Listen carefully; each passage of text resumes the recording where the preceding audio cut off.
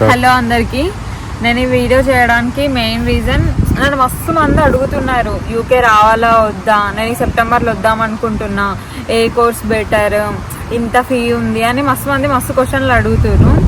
First UK రావాలా వద్దా అని అనడానికి నా సజెషన్ అయితే మీ ఫినాన్షియల్ పొజిషన్ పైన డిపెండ్ అయి ఉంటుంది. ఒకవేళ మీరు మీ ఓన్ మనీతోని, మీ డాడీ వాళ్ళు ఉన్న మనీ, ఒకవేళ మీరు ఎర్న్ చేసుకున్న మనీ ఉండి, సరే మా ఓన్గా మేము మనీ కట్టుకొని వస్తున్నామంటే ఓకే రండి. ఒకవేళ లేదు నేను ఇట్లా లోన్ తీసుకొని వస్తున్నా, లేకపోతే ఒక ఎకరం అమ్మి తీసుకుంటున్నా అని అంటే అదంతా వేస్ట్. మళ్ళీ ఇప్పుడు ఒక 20 లక్షలు లోన్ తీసుకున్నారు అనుకోండి, 20 లక్షలు తీసుకుంటారు, ఈడొచ్చి ఒక 2 years పార్ట్ టైమే చేస్తారు. ఆ పార్ట్ టైంలో ఓన్లీ మనం సర్వైవ్ అవ్వడానికే వస్తాయి అంతే మనీ.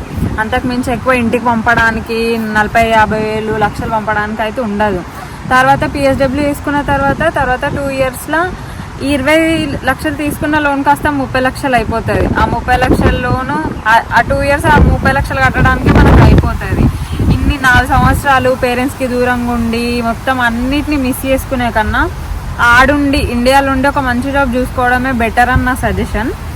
అది మీరు ఫాలో అవుతారా లేదా మీ ఇష్టం. అంటే మీరు పోయి మళ్ళీ కొంతమంది అంటారు మీరు పోయిరు, మీరు సంపాదించుకుంటారు, మీరు మళ్ళీ మందికేమో వద్దని చెప్తారు అని అంటారు. కానీ మాకు కూడా చెప్పినారు వద్దని, కానీ మేము వినకుండా వచ్చి ఇక్కడ అనుభవిస్తున్నాం. సో మేము ఫేస్ చేసింది మీరు ఫేస్ చేయొద్దు అని చెప్తున్నా. అంటే రావాలా వద్దా అంటే మీ ఫినాన్షియల్ పొజిషన్ పైన డిపెండ్ అయి ఉంది. మీరు కట్టుకోగలుగుతా అని అంటే మీరు ఓన్ మనీ అయితే రండి, లేదు లోన్ తీసుకుంటున్నా అంటే అదంతా వేస్ట్.